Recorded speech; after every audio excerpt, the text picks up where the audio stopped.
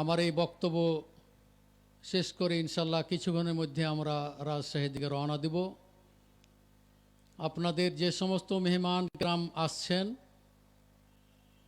অধিকাংশই মাদানী আলেম, আমার দেশ বরেণ্য ওলামায়ে কেরাম। আপনাদের এখানে কিছুক্ষণের মধ্যে তারা পৌঁছে যাবেন। তারা শুরু করলেই আমরা ইনশাআল্লাহ আমাদের দিনের প্রোগ্রামটা আমরা শেষ করতে পারবো ইনশাআল্লাহ তাআলা। আপনারা জানেন যে সালাফি কনফারেন্সে বিষয়ভিত্তিক বক্তব্য হয়। বিষয়ভিত্তিক বক্তব্য এই জন্য দেওয়া হয় যে এক একটি বিষয়ের উপরে মানুষের ধারণা আসবে এবং সেই বিষয়টা পুরোপুরি বুঝতে পারবে। এখানে কোনো সুর দিয়ে বা গান দিয়ে কোনো বক্তব্য হয় না। কারণ যে যখন সুর দিয়ে মানুষ বক্তব্য দেয় তখন কিন্তু মূল জিনিসগুলো হারিয়ে যায়, মানুষ বুঝতে পারে না। শুনতে মজা লাগে, সময় কাটে, ভালোই লাগে। যাই হোক, আমি যে বিষয়টি নিয়ে আলোচনা করব আপনাদের সামনে সেটি হচ্ছে আমাদের সমাজে যে সমস্ত কুসংস্কারগুলি আছে, যে সমস্ত শিরক বিদআতগুলি আছে, সংক্ষিপ্ত আকারে আমি তুলে ধরার চেষ্টা করব ইনশাআল্লাহ তাআলা। সূরা ইউসুফের 106 নম্বর আয়াত আমি তেলাওয়াত করেছি। আল্লাহ তাআলা বলছেন, ওয়ামা ইউমিনু আকসারুহুম বিল্লাহি ইল্লা ওয়া হুম মুশরিকুন। তারা অধিকাংশই মুসলিম কিন্তু মুশরিক। আমার বিষয় হচ্ছে যে মুমিন কি করে মুশরিক হয়, এগুলো আমাদের সমাজের মধ্যে যে সমস্ত শিরকগুলি আছে সেগুলো তুলে ধরবো ইনশাআল্লাহ। তা আল্লাহ তাআলা বলছেন যে তারা অধিকাংশই মুমিন অথচ তারা মুশরিক। এর কারণটা কি? আপনি 5 ওয়াক্ত সালাত আদায় করেন, আপনি হজ করেছেন, আপনার সম্পদের আপনি যাকাত দিয়েছেন, রমাজান মাসে সিয়াম পালন করেছেন, এই যে 5টি যেটা স্তম্ভ ইসলামের সবগুলি আপনি করতেছেন, দান খায়রাত আপনি করতেছেন, সব কিছুই করছেন, ভালো কাজে আপনি সহায়তা করতেছেন, অথচ আপনার মধ্যে, আপনার পরিবারের মধ্যে, সমাজের মধ্যে শিরক যেগুলো আছে এগুলো হয়তো আমরা গুরুত্ব দেই না। যেমন আপনি সালাত আদায় করতেছেন অথচ আপনার শরীরে তাবিজ লটকা আছে। আপনি 5 ওয়াক্ত সালাত আদায় করতেছেন অথচ আপনি বাতের চেন ব্যবহার করতেছেন। আপনি 5 ওয়াক্ত সালাত আদায় করতেন, যাকাত দিচ্ছেন, সব কিছু করতেছেন, অথচ আপনার ছেলে ছোট বাচ্চার কপালে আপনি কালো টিপ দিচ্ছেন বদনজর থেকে বাঁচার জন্য। এবং স্বামী স্ত্রীর মধ্যে ভালোবাসা নেই, এই জন্য আপনারা কি করছেন? স্বামী স্ত্রীর মধ্যে ভালোবাসা সৃষ্টি করার জন্য আপনারা কবিরাজের নিকট হতে তাবিজ নিয়ে আসছেন। তারপরে আপনার ভাগ্য নির্ধারণ করার জন্য এই যে রাস্তাঘাটে যে সমস্ত কিছু লোক যারা টিয়া পাখি নিয়ে আপনাদের ভাগ্য নির্ধারণ করতেছে, এগুলো গিয়ে আপনার সামনে ওই টিয়া পাখিকে কিছু কাগজ তাদের লেখা আছে সেগুলো উঠিয়ে দেখছে, হ্যাঁ আপনার ভবিষ্যৎ ভালো, আপনার ভবিষ্যৎ অন্ধকার, আপনি অচিরেই চাকরি পাবেন, ইত্যাদি ইত্যাদি। তারপরে অনেক জ্যোতিষী এসে হোটেলে অবস্থান করছে, আপনি গিয়ে আপনার ভাগ্য সম্পর্কে সেখানে তাদের আপনি সহযোগিতা কামনা করতেছেন। এইভাবে আমাদের সমাজের মধ্যে যেই সমস্ত শিরকগুলি আছে সেগুলো নিয়েই আলোচনা মূলত। তাহলে আপনি সালাত আদায় করতেছেন অথচ আপনার শরীরে তাবিজ কবজ করা আছে, তাবিজ লটকানো আছে, সেই তাবিজ যদি কোরআনের আয়াত দিয়েও যদি লেখা থাকে তাও শিরক, সেটাও শিরক। তাহলে আপনি প্রশ্ন করবেন যে ওষুধ খেলে তো অসুখ ভালো হয়, তো তাবিজ ব্যবহার করলে তো ভয় ভীতি থেকে বাঁচা যায়, সাপের কামড় থেকে বাঁচা যায়, আরও অনেকগুলো জিনিস কী হয়, আমরা এই অশুভ জিনিস থেকে আমরা মুক্তি পাই।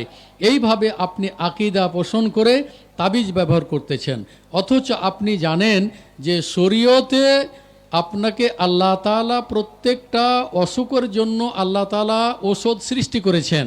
আল্লাহ রসুল সাল্লাল্লাহু আলাইহি ওয়াসাল্লাম বলছেন, লিকুল্লি দাইন দাওয়াউন, প্রত্যেকটা অসুখের জন্য আল্লাহ তাআলা ওষুধ সৃষ্টি করেছেন। ফাইদা উসিবা দাওয়াউ দায়ী বারা বিইজনিল্লাহ, রাহু মুসলিম। আল্লাহ রসুল সাল্লাল্লাহু আলাইহি ওয়াসাল্লাম বলছেন, যখন ঠিক মতো ওষুধ যখন প্রয়োগ করা হবে, বারা আবি ইজনিল্লাহ, তখন আল্লাহর অনুমতিক্রমে, আল্লাহর অশেষ রহমতে তখন ওই অসুখটা ভালো হয়ে যাবে। আপনার ওষুধে ভালো হবে না, কিন্তু আল্লাহর যখন অনুমতি, আল্লাহর যখন করুণা রহম যখন তার প্রতি হবে, তখন ঠিক মতো যখন ওষুধটা প্রয়োগ হবে, আল্লাহ সেটা কী করে দেবেন, ভালো করে দেবেন। তাহলে এখানে বোঝা গেল যে আল্লাহ রসুল সাল্লাল্লাহু আলাইহি সাল্লাম বলছেন, লেকুল্লে দা ইন দাওয়াউন, প্রত্যেকটা অসুখের জন্য কি ওষুধ রয়েছে। তাহলে আল্লাহ এখানে নিজেই বলতেছেন যে আল্লাহ তাআলা অসুখ সৃষ্টি করেছেন এবং অসুখের জন্য আল্লাহ ওষুধ সৃষ্টি করেছেন। তাহলে আপনি অ্যালোপ্যাথি হোক, হোমিও হোক, হার্বাল হোক, যে কোনো ওষুধ আপনি ব্যবহার করতে পারবেন। এগুলো আপনার জন্য আল্লাহ এবং আল্লাহ রসুল কী হচ্ছে, অনুমতি দিয়েছে। পক্ষান্তরে এখন তাবিজের ব্যাপার যেটি আসলো, সেটি আল্লাহ রসুল সাল্লাল্লাহু আলাইহি ওয়াসাল্লাম বলছেন, মান তাআল্লাকা তামিমাতান ফাকাদ আশরাকা, যে ব্যক্তি তাবিজ লটকালো সে শিরক করলো। তার কারণ যে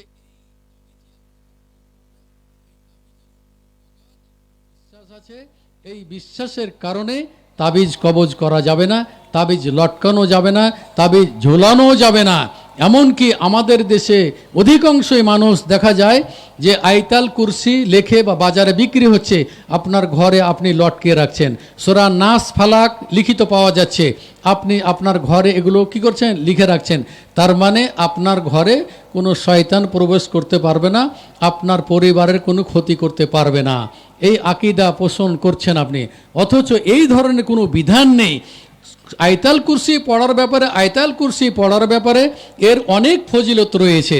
যেমন আল্লাহ রসুল সাল্লাল্লাহু আলাইহি ওয়াসাল্লাম বলছেন যে ফরজ সালাতের পরে যে ব্যক্তি কী করবে, আয়তাল কুরসি পাঠ করবে, বলছে যে তাকে মওত ছাড়া কোনো জিনিসে জান্নাতে প্রবেশ করতে বাধা প্রদান করতে পারবে না। তার মানে মরলেই জান্নাত। এইভাবে আপনার ফজিলত রয়েছে। তারপরে আপনি যখন ঘুমাতে যাবেন, আল্লাহ রসুল সাল্লাল্লাহু আলাইহি ওয়াসাল্লাম বলছেন যে যা আওয়াইতা ইলা ফেরাশিকা, তুমি ঘুমানোর জন্য যখন বিছানায় যাবে, তখন ফাকরা আয়াত আল কুরসি, তখন তুমি আয়াতাল কুরসি পাঠ করো।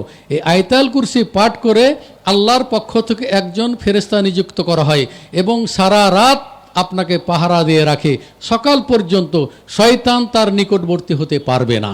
তাহলে এই আয়াতুল কুরসির কিন্তু অনেক ফজিলত রয়েছে। তাহলে আপনি এগুলো আমল না করে, আপনি লেখাপড়া জানেন না, আপনি বাজারে বিক্রি করছে আয়াতুল কুরসি, আপনি আয়াতুল কুরসি নিয়ে এসে বাড়িতে লটকে রাখলেন, এগুলো করা যাবে না। শরীয়ত আপনাকে এই ব্যাপারে অনুমতি দেয় নাই।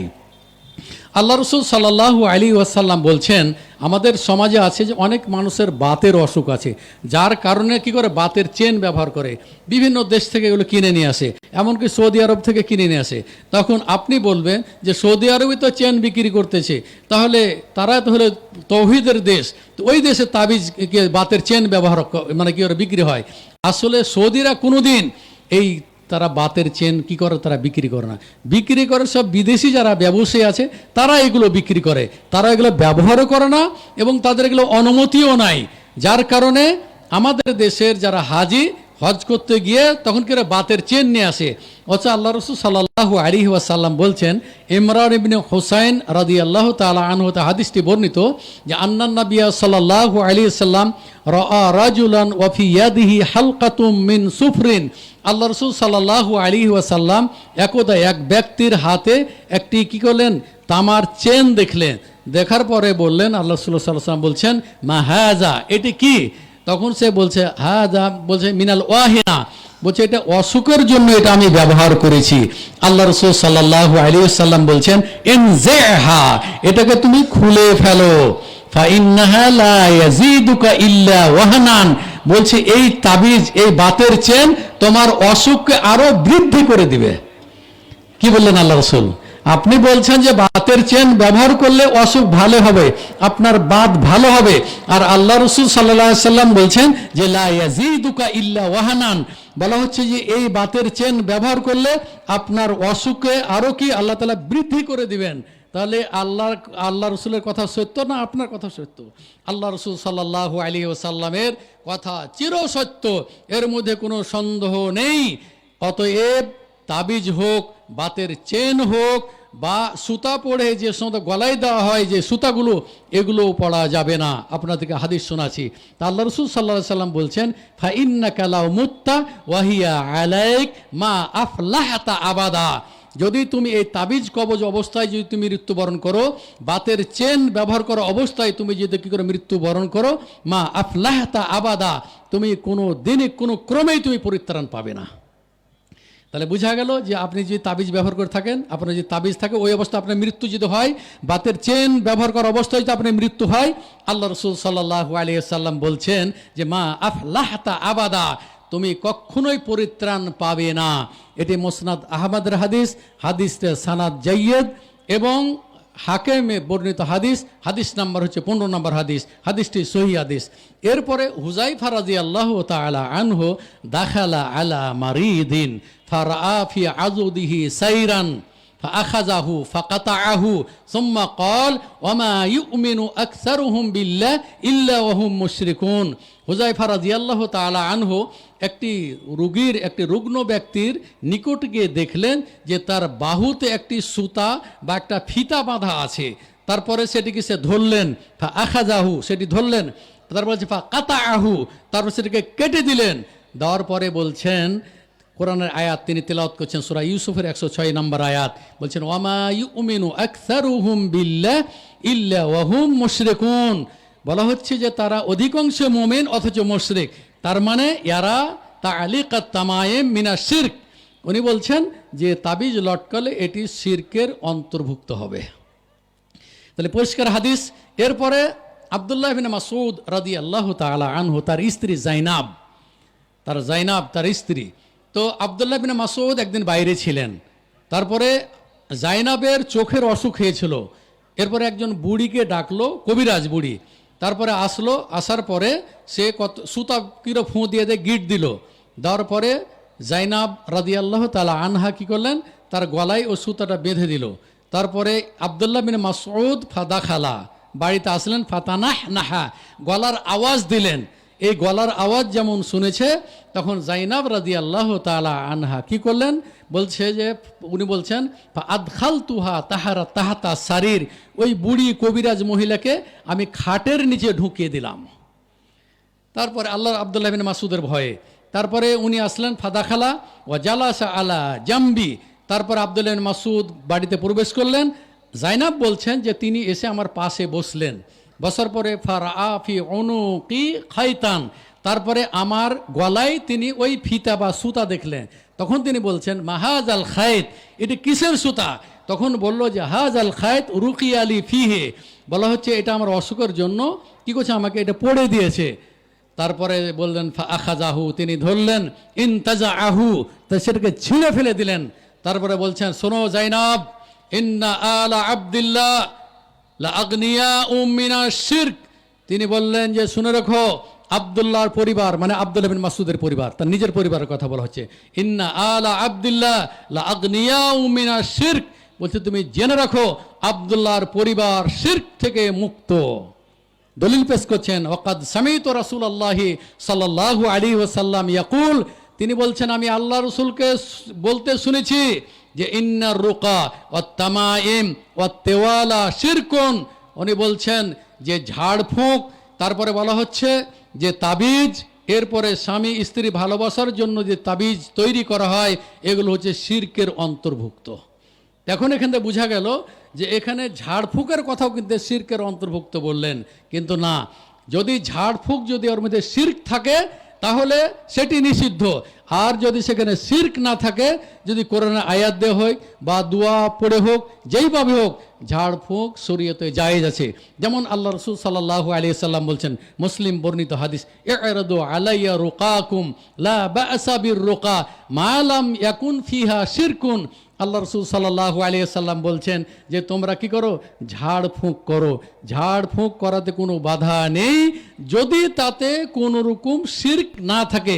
তন্ত্র মন্ত্র দিয়ে যেন কেউ এই ঝাড়ফুঁক না করে, এটা মুসলিম বর্ণিত হাদিস। তাহলে বোঝা গেল যে ওখানে যে বলা হলো যে ঝাড়ফুঁক এবং তাবিজ এবং স্বামী স্ত্রীর ভালোবাসা সৃষ্টির জন্য যে তাবিজ ব্যবহার করা হয় সেটি শিরক। তো ওখানে শিরকের বলা উদ্দেশ্য হলো যে ওটা ছিল তন্ত্র মন্ত্র দিয়ে, ওটার কোরআন আয়াত বা রাসূলুল্লাহ সাল্লাল্লাহু আলাইহি ওয়াসাল্লাম দোয়া থেকে সেগুলো তাবিজ কী করে না ওই ঝাড়ফুঁক করা হয় নাই। তাহলে বোঝা গেল যে যদি ঝাড়ফুঁকের মধ্যে কোনো শিরক না থাকে তাহলে ঝাড়ফুঁক এখনও জায়েজ, আল্লাহ রসুলের যুগও জায়েজ ছিল, কিয়ামত পর্যন্ত এটা জায়েজ যদি তার মধ্যে কোনো শিরক না থাকে। যেমন আপনি চিকিৎসা করছেন, আর হলে একটা হলো কি প্রচলিত চিকিৎসার, একটা হলো শারঈ চিকিৎসা। তো শারঈ চিকিৎসার অনেকগুলি দোয়া আছে, যেমন আল্লাহ রসুল সাল্লাল্লাহু আলাইহি ওয়াসাল্লাম অনেকগুলো দোয়া পড়েছেন। এই দোয়ার ফজিলত সম্পর্কে অনেকগুলো হাদিসও বর্ণিত হয়েছে, অনেকগুলো কি হাদিস বর্ণিত হয়েছে। সুতরাং আপনি চিকিৎসা করার পাশাপাশি আপনি যদি প্রচণ্ড কোনো জটিল রোগে যদি আক্রান্ত হন, তারপরও আপনি আল্লাহ রসুল সাল্লাল্লাহু আলাইহি ওয়াসাল্লামের এই দোয়াগুলি আপনারা পড়বেন, তাহলে ইনশাআল্লাহ আপনার ওষুধ হতে কাজ নাও হতে পারে, কিন্তু দোয়ার মাধ্যমে আল্লাহ তাআলা আপনাকে সুস্থ করে দিতে পারেন। আপনি প্রত্যেক দিন সূরা ইখলাস, নাস, ফালাক পড়ে আপনি ফুঁ দিয়ে আপনি 3 বার সকালে 3 বার বিকালে আপনি এগুলো পড়বেন। তারপরে দোয়াগুলো পড়বেন সুবহানাল্লাহি বিহামদিহি সুবহানাল্লাহিল আজিম। এটা হলো বুখারীর শেষ হাদিস। আল্লাহ রসুল বলছেন যে এই 2টি কালেমা কি জবানে হালকা, দাড়ি পাল্লায় ভারী, আল্লাহ তাআলার নিকটে প্রিয়। সুবহানাল্লাহি বিহামদিহি সুবহানাল্লাহিল আজিম, বুখারীর এটা সর্বশেষ হাদিস, 7275 নম্বর হাদিস। যে হাদিসগুলো আমরা পড়াই এই ইন্ডিয়ান যেগুলো ছাপা বড় বুখারী, তার নাম্বার হচ্ছে এটি। আর যেটা হলো মুআজামুল মুফারাসিল আল ফাজিল হাদিস, সেটার হাদিস নাম্বার হচ্ছে 75-63 নম্বর হাদিস। আমি যেটা বলতে চাচ্ছিলাম, আরেকটি দোয়া আছে যে সুবহানাল্লাহি ওয়া বিহামদিহি, শুধুমাত্র এই অংশটুকু সুবহানাল্লাহি ওয়া বিহামদিহি, এই দোয়াটি যদি কেউ 100 বার দিনে পড়ে, আল্লাহ রসুল সাল্লাল্লাহু আলাইহি ওয়াসাল্লাম বলছেন মান কারাআ সুবহানাল্লাহি ওয়া বিহামদিহি ফিল ইয়াউমি মিয়াতা মাররাতিন হুত্তাত আনহু খাতায়াহু ওয়া ইন কানাত মিসলা জাবাদিল বাহার। আল্লাহ রসুল সাল্লাল্লাহু আলাইহি ওয়াসাল্লাম বলছেন সুবহানাল্লাহি বিহামদি, এই অংশটুকু যদি কেউ দিনে 100 বার পাঠ করে, আল্লাহ রসুল সাল্লাল্লাহু আলাইহি ওয়াসাল্লাম বলছেন যে সমুদ্রের ফেনারাশির ন্যায় তার পাপগুলিকে, ছোট ছোট পাপগুলিকে আল্লাহ কি করে দেবেন? ক্ষমা করে দেবেন, মাফ করে দেবেন। তো এই যে লা হাওলা ওয়ালা কুওয়াতা ইল্লা বিল্লাহ, এমন একটি ছোট্ট দোয়া, এটা আপনারা সবাই জানেন। আল্লাহ রাসূল সাল্লাল্লাহু আলাইহি সাল্লাম বুখারীর হাদিস যে হিয়া কানজুম মিন কুনুজিল জান্নাহ, বলছে এটি একটি কি জান্নাতের ধনভাণ্ডার। তো এই ধরনের দোয়াগুলো আপনারা পড়বেন।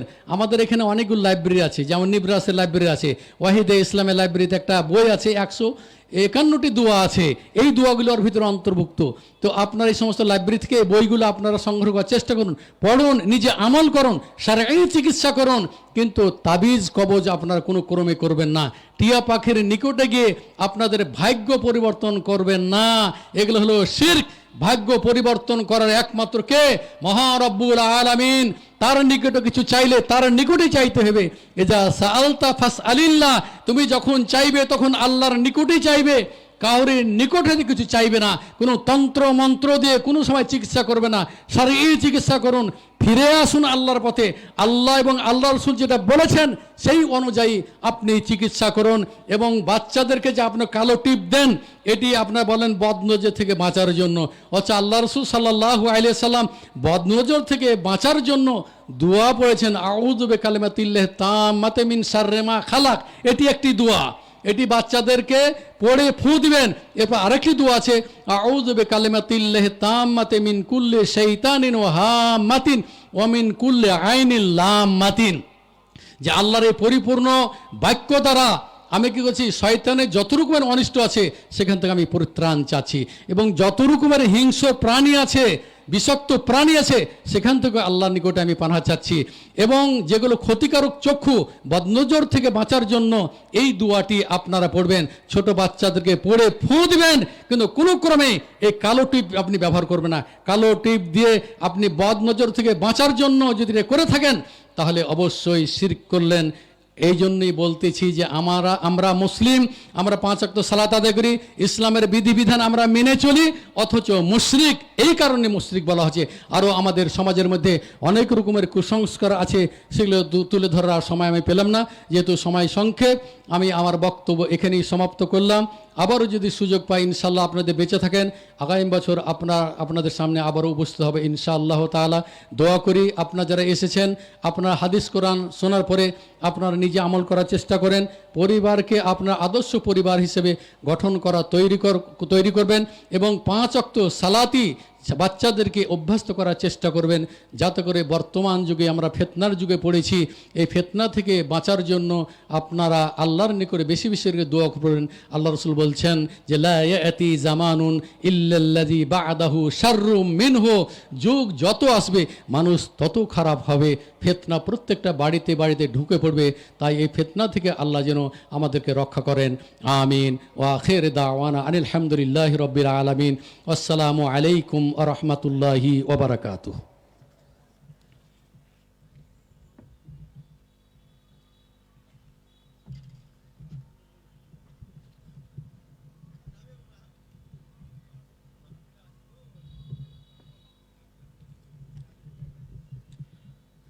ধন্যবাদ জানাচ্ছি সম্মানিত ওস্তাদজিকে। মানুষ মুশরিক কেন এ বিষয়ের উপরে অত্যন্ত জ্ঞানগর্ভ আলোচনা পেশ করার জন্য আমরা আলোচনা থেকে বুঝতে পারলাম যে আমরা নিজেদেরকে ইমানদার দাবি করি, তারপরেও ভুলভাল কাজের মধ্যে জড়িয়ে পড়ে আমরা অনেক সময় ইমান হারা হয়ে যাই নিজেদের অজান্তেই। আল্লাহ রাব্বুল আলামিন আমাদের সকলকে সেই ইমান বিধ্বংসী কাজগুলো থেকে হেফাজত করুন বলি আল্লাহুম্মা আমিন। সম্মানিত উপস্থিতি, আমাদের স্টেজে একটি চশমা এসেছে, চশমাটা যদি কারো হয় তাহলে নিয়ে যাবেন। আমাদের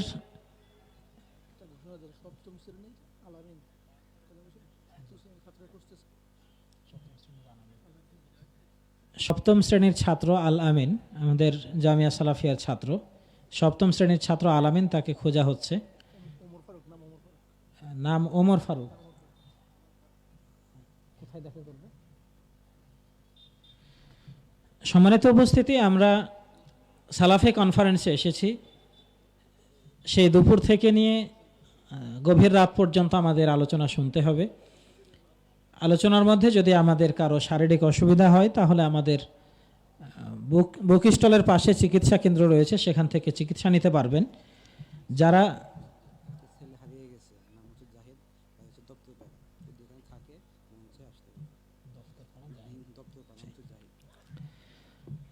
যদি কেউ রশিদের মাধ্যমে দান দিতে চান তাহলে আমাদের দান বুথ আছে বুক স্টলের পাশে, সেখানে দান করতে পারবেন।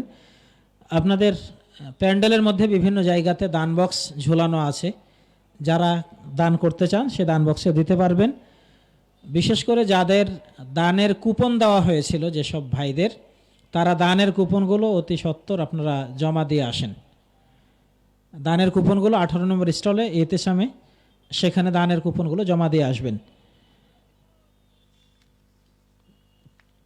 এছাড়াও আমাদের জামিয়া সালাফিয়ার প্রকাশনা বিভাগ মাকতাবাতুস সালাফ থেকে প্রকাশিত বিভিন্ন বই সম্পর্কে অবগত আছেন। আপনারা যাওয়ার সময় অবশ্যই সেই বইগুলো নিয়ে যাবেন। শেখ আব্দুর রাজ্জাক বিন ইউসুফ হাফিজাহুল্লাহ, আবদুল্লাহ বিন আব্দুর রাজ্জাক হাফিজাহুল্লাহর লিখিত যেসব বইগুলো রয়েছে, কে বড় লাভবান, কে বড় ক্ষতিগ্রস্ত, আদর্শ নারী, আদর্শ পুরুষ, উপদেশ, এছাড়াও বিভিন্ন বই রয়েছে। আবদুল্লাহ ভাইয়ের মিন্নাতুল বারি, রিজিক, আমরা হাদিস মানতে বাধ্য, এ ধরনের যেসব বইগুলো রয়েছে, যেগুলো আপনার জীবনের মূল্যবান সম্বল হিসেবে কাজ করবে। পড়াশোনা করলে দিনের জ্ঞান অর্জিত হয়, জেনে শুনে দিনের প্রতি আমল করা সম্ভব হয়। এজন্য অবশ্যই যাওয়ার সময় বইগুলো নিয়ে যাবেন। সেই সাথে মাসিক আল এতেসামের কথা কেউ ভুলবেন না। মাসিক আল এতেসাম জরুরি ভিত্তিতে সবাই 1 কপি করে নিয়ে যাবেন এবং পরবর্তীতে প্রথম পেজে থাকা নাম্বারগুলোতে যোগাযোগ করে আপনি কিভাবে গ্রাহক হতে পারবেন সে ব্যাপারে যোগাযোগ করে জেনে নেবেন। সম্মানিত উপস্থিতি, এ পর্যায়ে আমাদের সামনে উর্দুতে বক্তব্য নিয়ে আসবেন জামিয়া সালাফিয়া ডাঙ্গিপাড়া পবা রাজশাহীর সম্মানিত সিনিয়র মুহাদ্দিস শেখ মোহাম্মদ ইউসুফ মাদানী হাফিজাহুল্লাহ। শেখ উর্দু ভাষায় বক্তব্য দিবেন। তো উনি পশ্চিমবঙ্গের মানুষ, যার কারণে আমরা ওনার উর্দুতে বললেও অনেক ভাষা আশা করি বুঝতে পারবো ইনশাল্লাহ। হয়তো অনুবাদ করার প্রয়োজন হবে না, আপনারা মনোযোগ দিয়ে বোঝার চেষ্টা করবেন, ইনশাল্লাহ উনি সহজ ভাষাতে বলার চেষ্টা করবেন, আমরা বুঝবো ইনশাল্লাহ। ওনার বক্তব্যের বিষয় রাত মে ঘর সে মোতাল্লেক কুছ নবাবি হেদায়েত, মানে রাতের বেলা ঘর সম্পর্কিত, বাড়ির ভিতর সম্পর্কিত কিছু গুরুত্বপূর্ণ নবী সাল্লাল্লাহু আলাইহি সাল্লামের হেদায়েত, নবী সাল্লাল্লাহু আলাইহি সাল্লাম কি বলেছেন সে সম্পর্কে উনি আলোচনা নিয়ে আসেন। সম্মানিত ওস্তাদজিকে ওনার বক্তব্য পেশ করার জন্য অনুরোধ জানাচ্ছি।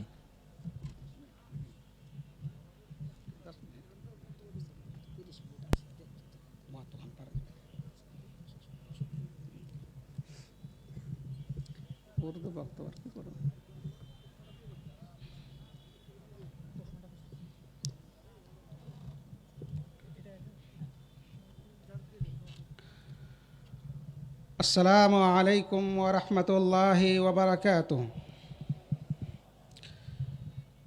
إن الحمد لله نحمده ونستعينه ونستغفره ونعوذ بالله من شرور أنفسنا ومن سيئات أعمالنا.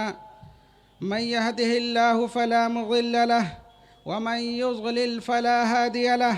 وأشهد أن لا إله إلا الله وحده لا شريك له وأشهد أن محمدًا عبده ورسوله.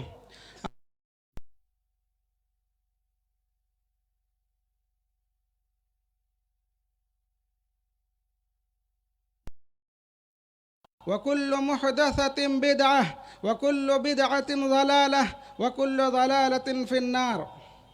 قال الله تعالى في كلامه المجيد: لقد كان لكم في رسول الله أسوة حسنة. وعن سلمان رضي الله عنه قال: قيل له: لقد علمكم نبيكم كل شيء حتى الخراء. قال: فقال له: أجل، لقد نهانا أن نستقبل القبلة لغاية أو بول، وأن نستنجي بيمين، وأن نستنجي بأقل من 3 أحجار، وأن نستنجي برجيء وعظم. رواه مسلم. وعن جابر رضي الله تعالى عنه قال: إذا كان جنح الليل أو أمسيتم فكفوا صبيانكم، فإن الشيطان ينتشر حينئذ، وأغلقوا الباب واذكروا اسم الله، فإن الشيطان لا يفتح بابا مغلقا. رواه مسلم. عزت مآب سلفی کانفرنس کے صدر محترم جناب عبد الرزاق بن یوسف حفظہ اللہ تعالی اسٹیج پر تشریف فرما، ملک کے کونے کونے سے آئے ہوئے علماء کرام، پنڈل کے نیچے موجود دور دراز سے آئے ہوئے سامعین کرام، رب العالمین کا بے حد شکر احسان ہے، حمد و ثنا ہے کہ اس نے آج مجھے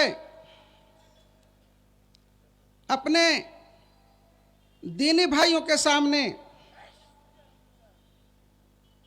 کچھ دینی باتیں عرض کرنے اور پیش کرنے کا موقع عنایت فرمایا ہے۔ فللہ الحمد والمنہ۔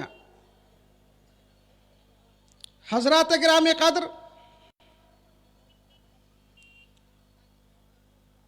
رب العالمین نے نبی پاک محمد صلی اللہ علیہ وسلم کو اس دنیا میں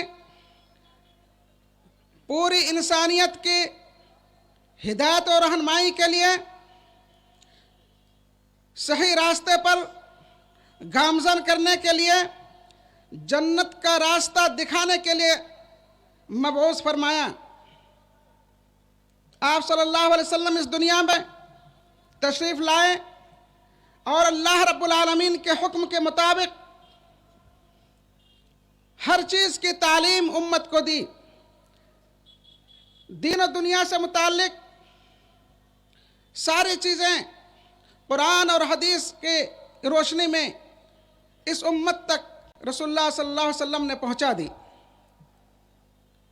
कोई खैर का काम ऐसा नहीं, कोई भलाई का, कामयाबी का काम ऐसा नहीं जिससे मुताल्लिक रसूलुल्लाह सल्लल्लाहु अलैहि वसल्लम ने ना फरमाया हो, रसूलुल्लाह सल्लल्लाहु अलैहि वसल्लम ने इरशाद और रहनुमाई ना की हो।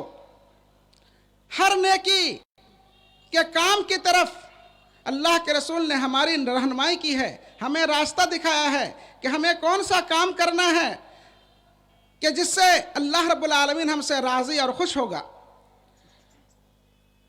जिंदगी से मुताल्लिक हर चीज़ अल्लाह के रसूल ने बयान फरमा दी है।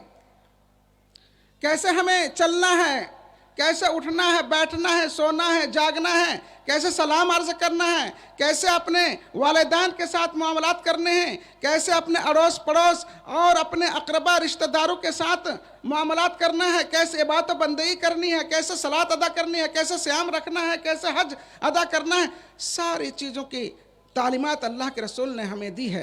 कैसे हमें मुल्क चलाना है, कैसे देश चलाना है, कैसे हुकूमत चलानी है, सब अल्लाह के रसूल ने हमें दे दी है। हज़रत सलमान रज़ी अल्लाह ताला अन्हु से मुशरिकीन ने कहा कि ऐ सलमान, तुम्हारे नबी तो अजीब हैं, तुम्हें तो हर चीज़ की तालीम वो देते हैं, यहाँ तक कि पेशाब पाखाना का तरीक़ा भी उन्होंने सिखाया तुम लोगों को। लक़द अल्लमकुम नबियुकुम कुल्ल शैइन हत्तल खिरा।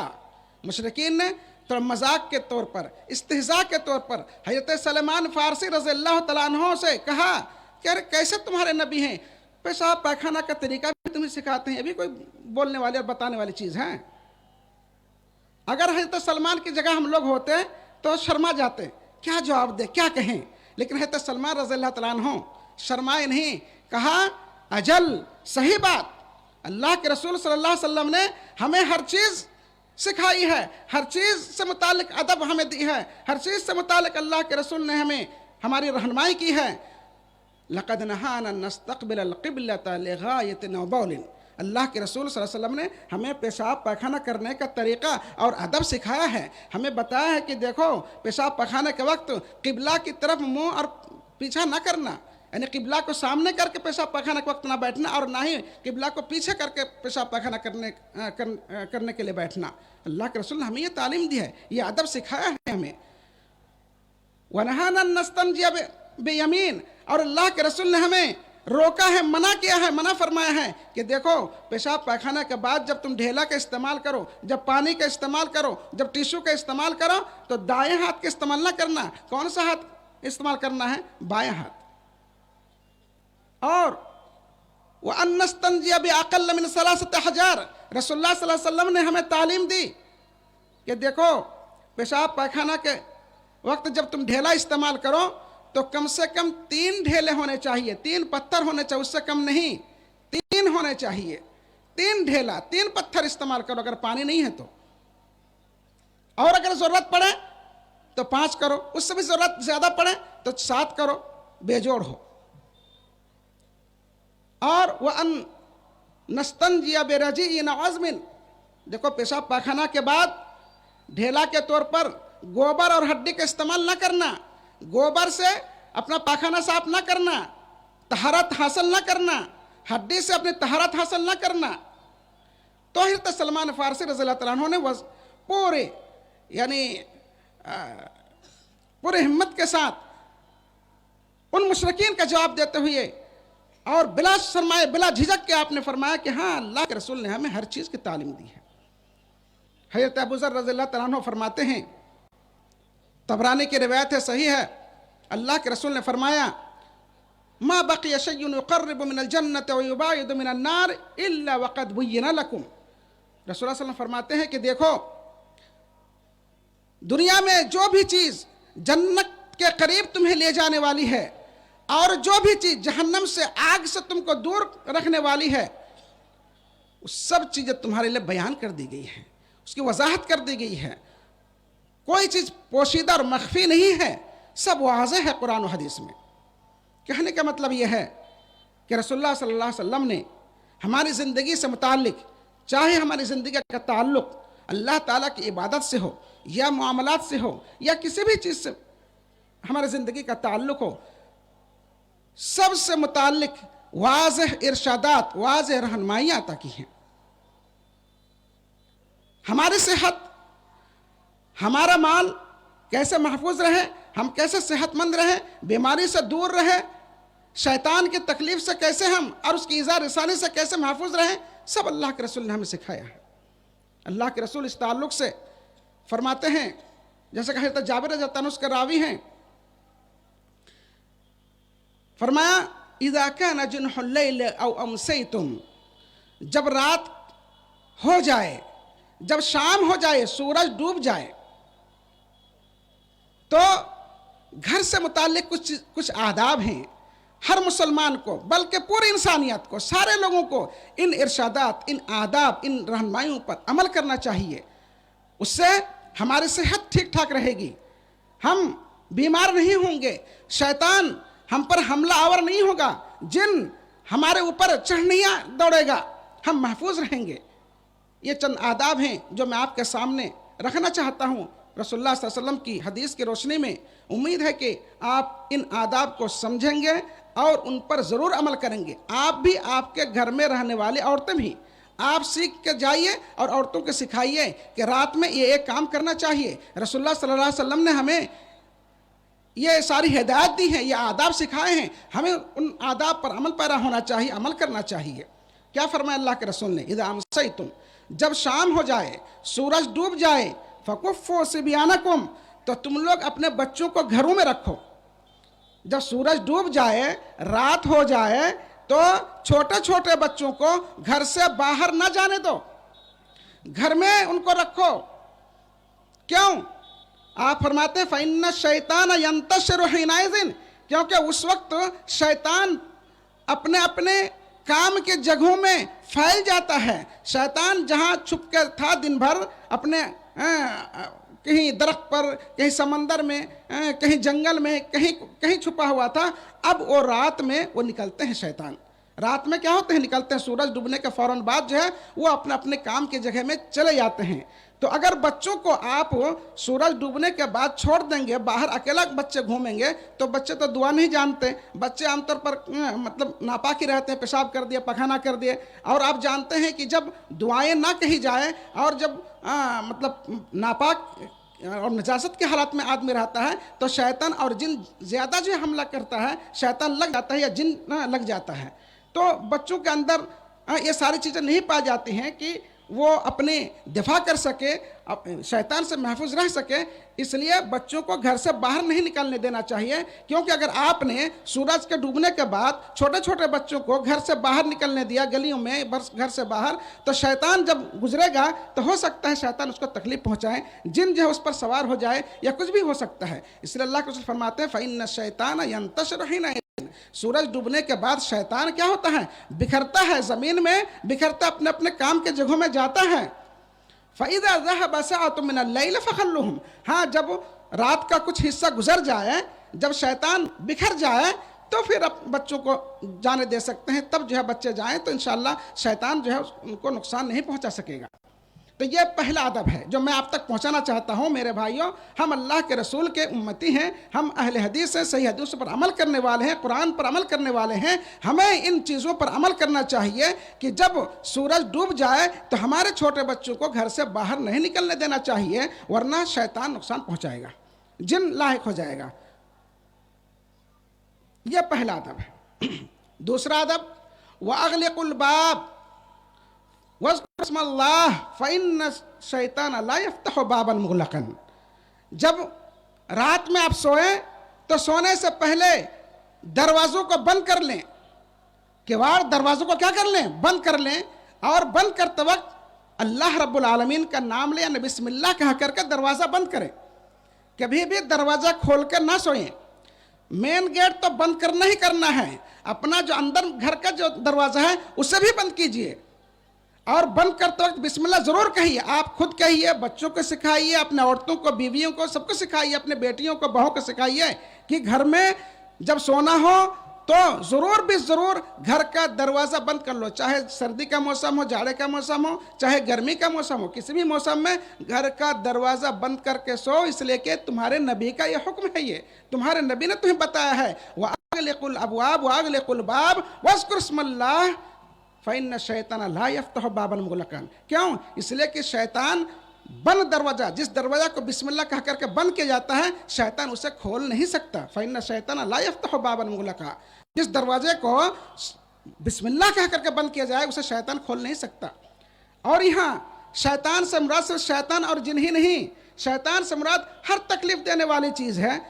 कोई भी जानवर, कुत्ता हो, सियार हो, उसके बाद सांप हो, बिच्छू हो, कुछ भी, जब दरवाज़ा बंद रहेगा तो ये खोल करके अंदर नहीं आ सकते। जब ये सारे मुज़ी और ईज़ा पहुँचाने वाले हशरात और कीड़े मकोड़े, सांप, ये सारी चीज़ें जब घर में नहीं दाखिल होंगे तो आप उनके तकलीफ़ से, उनके जहर से महफूज रहेंगे, आप सेहतमंद रहेंगे। इसीलिए अल्लाह के रसूल सल्लल्लाहु अलैहि वसल्लम ने फरमाया कि जब सो तो बिस्मिल्लाह करके दरवाज़ा बंद कर लो। ये दूसरा जो है अदब है। ये रात में घर से मुताल्लिक आदाब में से एक दूसरा अदब यह है कि जब भी आप सोएं तो बिस्मिल्लाह कह करके दरवाज़ा बंद कर लें। वअौकू क़िराबकुम वज़्कुर इस्मल्लाह, और पीने के जो मशकीज़ें हैं, कभी बैग होता है, कभी थैला होता है, उसमें आटा होता है, तेल होता है, दूध होता है, जो बांधने वाली चीज़ें होती हैं। थैला जिसे हम कहते हैं, बैग कहते हैं, जिसमें हम खाने की कुछ चीज़ें रहते हैं, तो उसको बंद किया जाता है रस्सी से, डोरी से, रस्सी से या धागा से। तो इस तरह के चीज़ों को, जिसमें खाने की चीज़ें हों, उसको रस्सी से क्या कर दीजिए, धागा से बांध दीजिए, और बांधते वक्त बिस्मिल्लाह कहिए। औकू क़िराबकुम वज़्कुर इस्मल्लाह, अपने मशकीज़ों को जिसमें खाने पीने की चीज़ें हों और उसको, उसके मुंह को बंद किया जाए, बांधा जाए डोरी से या धागा से या रस्सी से, तो उसको बंद कर दीजिए, उसको गिरह लगा दीजिए और बिस्मिल्लाह कहिए। उसको खुद भी कहिए, बच्चों को सिखाइए, अपने घर की औरतों को ज़रूर सिखाइए। क्यों? दूसरी हदीस में है कि फ़इन्न शैतान ला यहुल्लु सिक़ान, जिस मशकेज़े को, जिस थैला को, जिस बैग को रस्सी से, धागा से बिस्मिल्लाह कह करके बंद किया जाए, शैतान उसे नहीं खोल सकता, कोई कीड़ा मकोड़ा नहीं खोल सकता, कोई जहरीला जानवर नहीं खोल सकता। तो आप जो है उसके जहर से, उसके ईज़ा रसानी से आप महफूज रहेंगे। वख़म्मिरू आनियतकुम, और जो बर्तन है खाने पीने के, चाहे उसमें खाना हो, सालन हो, भात हो, रोटी हो, कुछ भी हो, खाने, सब्जी, तरकारी, कुछ भी हो, वख़म्मिरू आनियतकुम, उस बर्तन को ढक दीजिए, प्लेट से, ढक्कन से, कपड़ा से, बहरहाल उसको ढाकिए, कैसे भी हो। अल्लाह के रसूल ने फरमाया वख़म्मिरू आनियतकुम, तुम अपने बर्तनों को, खाने पीने के जिसमें सामान हो, को ढक दीजिए, ढक्कन से, प्लेट से, कपड़े से, किसी भी चीज़ से ढक दीजिए, ज़रूर उसको जो है ढाकिए। वज़्कुर इस्मल्लाह, और ढाकते वक्त अल्लाह का नाम लीजिए, अल्लाह रब्बुल आलमीन ने बिस्मिल्लाह कह करके ढाकिए। अगर खाली है बर्तन, ढाकने के लिए कुछ नहीं है, तो दूसरे रिवायत में अल्लाह के रसूल ने फरमाया वो अकफ़ेऊ, उसको उलट करके रख दीजिए। गिलास है, कुछ नहीं है, गिलास को ऐसे उलट दीजिए, पलट दीजिए। रात में जब सोए आप तो बर्तनों को, अगर ढक्कन है, प्लेट है, कपड़ा है तो ढक दीजिए, खाने की चीज़ है तो ढक दीजिए, और अगर खाली है और ढकने के लिए कुछ है तो ढक दीजिए। कुछ भी नहीं है तो क्या कीजिएगा, अगर खाली बर्तन है तो उसको पलट दीजिए इसे। उस बर्तन, खाली बर्तन में जो है कोई चीज़ नहीं जा पाएगी, कोई जहरीला जानवर, कोई शैतान नहीं जा पाएगा। और अगर कुछ भी नहीं है घर में ढकने के लिए, तो अल्लाह के रसूल सल्लल्लाहु अलैहि वसल्लम फरमाते हैं वलौ अन तअरुज़ु अलैहा शैअन, कुछ भी नहीं है ढकने के लिए, कपड़ा नहीं है, ढक्कन नहीं है, प्लेट नहीं है, कुछ भी नहीं है, तो कहा कि एक लकड़ी ही या कुछ भी उस बर्तन जिसमें खाना रखा हुआ है उस पर रख दीजिए। मसला लकड़ी है या कोई बांस है या कुछ भी है, आप उसमें जो है रख दीजिए और बिस्मिल्लाह कहिए। तो इंशाअल्लाह आप जो है शैतान के और कीड़े मकोड़े, जहरीले जानवर के ईज़ा रसानी से, तकलीफ से, जहर से महफूज रहेंगे। आपकी सेहत अच्छी रहेगी, आपका माल दौलत भी जो है महफूज रहेगा। और वअत्फ़िउ मसाबीहकुम, यह पांचवा अदब है रात में कि जब आप सोए तो मसाबीहकुम, अपने चिराग को, अपने लालटेन को बुझा दीजिए। पहले क्या करते थे, चिराग जलाते थे घर में, पहले तो बिजली ये सब तो, करंट और बिल ये सब तो थी नहीं, तो क्या जलाते थे, तेल से मोमबत्ती जलाते थे या तेल से जो है चिराग जलाते थे, लैंप जलाते थे, लालटेन जलाते थे। तो अल्लाह के रसूल ने फरमाया कि तुम लोग लालटेन या चिराग जो है ये बुझा करके सो, उसको बुझा दो, जलता मत छोड़ो। क्यों? इसलिए कि पहले ज़माने में होता क्या था, एक थोड़ा कटोरा उसमें तेल डाल देते और फलीता उसमें रख देते, फीता फलीता रख देते और वो जो है जलता रहता। तो रात में अगर आप सो गए तो चूहा जो है, इंदुर चूहा, वो आकर के फलीता क्या करता, वहां से खींच करके वो कपड़ा, जहाँ कपड़ा है या बिस्तर है, लेकर चला जाता और जल जाता वो। और मदीना में ऐसा हुआ कि एक बार जो है कि सहाबा ने उस फलीते को जलते छोड़ करके सो गए हो और रात में जो है वो चूहा आकर के वो पलीता या फलीता जो है वो खींच करके लेकर पूरा घर जल गया। तो अल्लाह के रसूल ने फरमाया कि बात पे वो मसाबी हकुम, तुम अपने चिरागों को सोते वक्त बंद कर दिया कर दो, उसको बुझा दिया करो ताकि तुम महफूज रहो, घर न जल जाए, तुम न जल जाओ। तो अब तो चूंकि चिराग तो है नहीं, लालटेन तो हम लोग जलाते नहीं है, तो क्या करें? अब हमारे पास क्या है? लाइट है, बत्ती है, ये सब हम लोग बल्ब जलाते हैं। तो इससे मुताल्लिक हुक्म ये है कि बुझा करके सोना ही यही बेहतर है। सोते वक्त बत्ती, लैंप या लाइट को बुझा करके सोना ही बेहतर है। लेकिन अगर खतरा कुछ भी नहीं है और आप ज़रूरत महसूस करते हैं तो इंशाल्लाह कोई हरज नहीं है, लेकिन बुझा करके ही सोना बेहतर है, क्योंकि बहुत कम ही जो है इससे कोई हादसा पेश आता है या कोई जो है परेशानी होती है। इसलिए अगर कोई नहीं बंद करता है तो इंशाल्लाह कोई हरज नहीं है, लेकिन बुझा करके सोना यही असल में शरीयत का जो है हुक्म है। और दूसरी रिवायत में तो जाबिरी से मरवी है और सही मुस्लिम में है, उसमें अल्लाह के रसूल फरमाते हैं ला तुरसिलू फवाशियकुम, तुम अपने जानवरों को रात में मत छोड़ो। पहली रिवायत में क्या कहा कि अपने बच्चों को घर से बाहर न जाने दो, और इस हदीस में है अल्लाह के रसूल फरमाते हैं ला तुरसिलू फवाशियकुम, तुम अपने जानवरों को, गाय है, बकरी है, बैल है, मुर्गी है और भी कुछ ये सब जो जानवर हैं जिसे हम पालते हैं, उनको भी बांध करके रखना है, उनको भी रात में बांध करके रखना है, ऐसा नहीं छोड़ना है।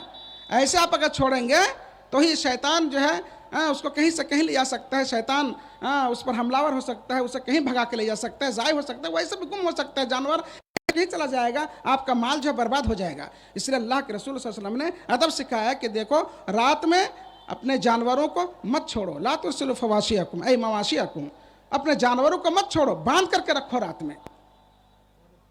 इसलिए जो बाड़ा खाना है जहाँ पर जानवर बांध करके रखते हैं, तो वहाँ पर जो है अपने जानवरों को बांध करके रखिए। और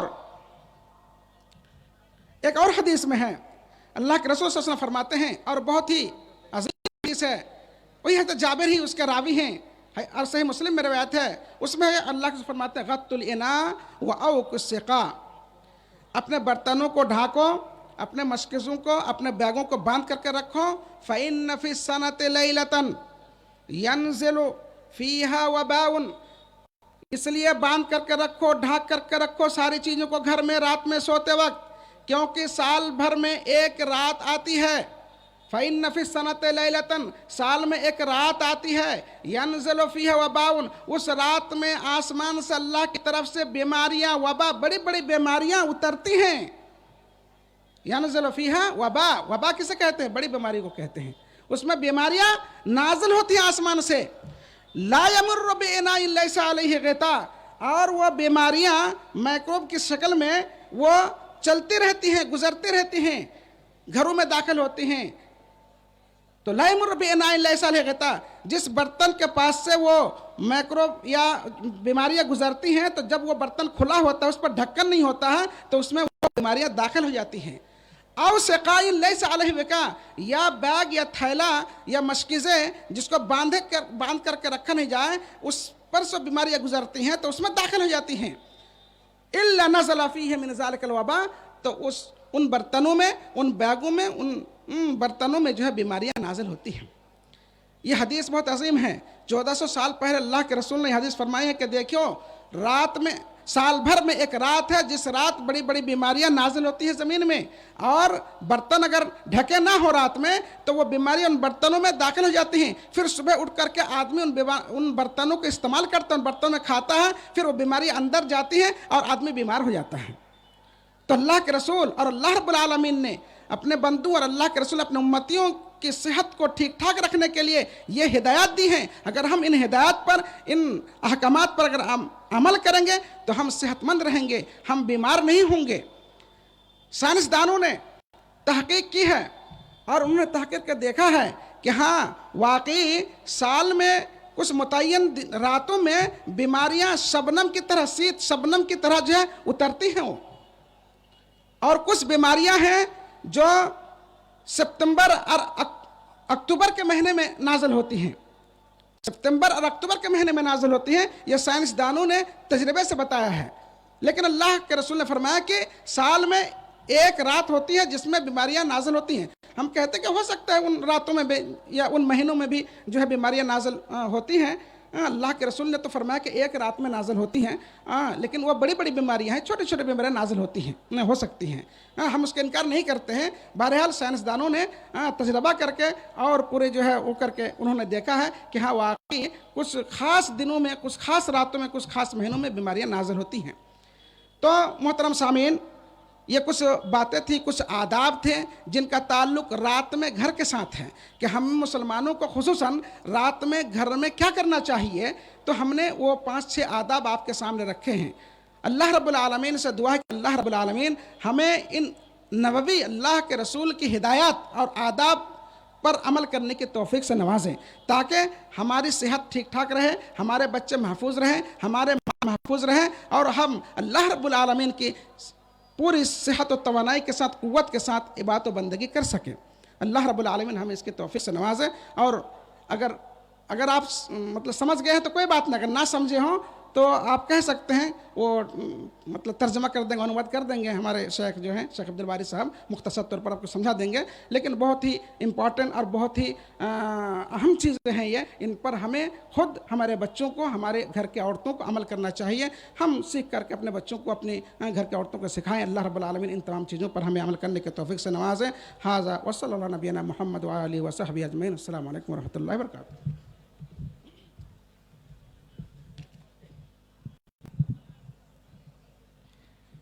আসসালামু আলাইকুম রহমতুল্লাহ বারাকাতু।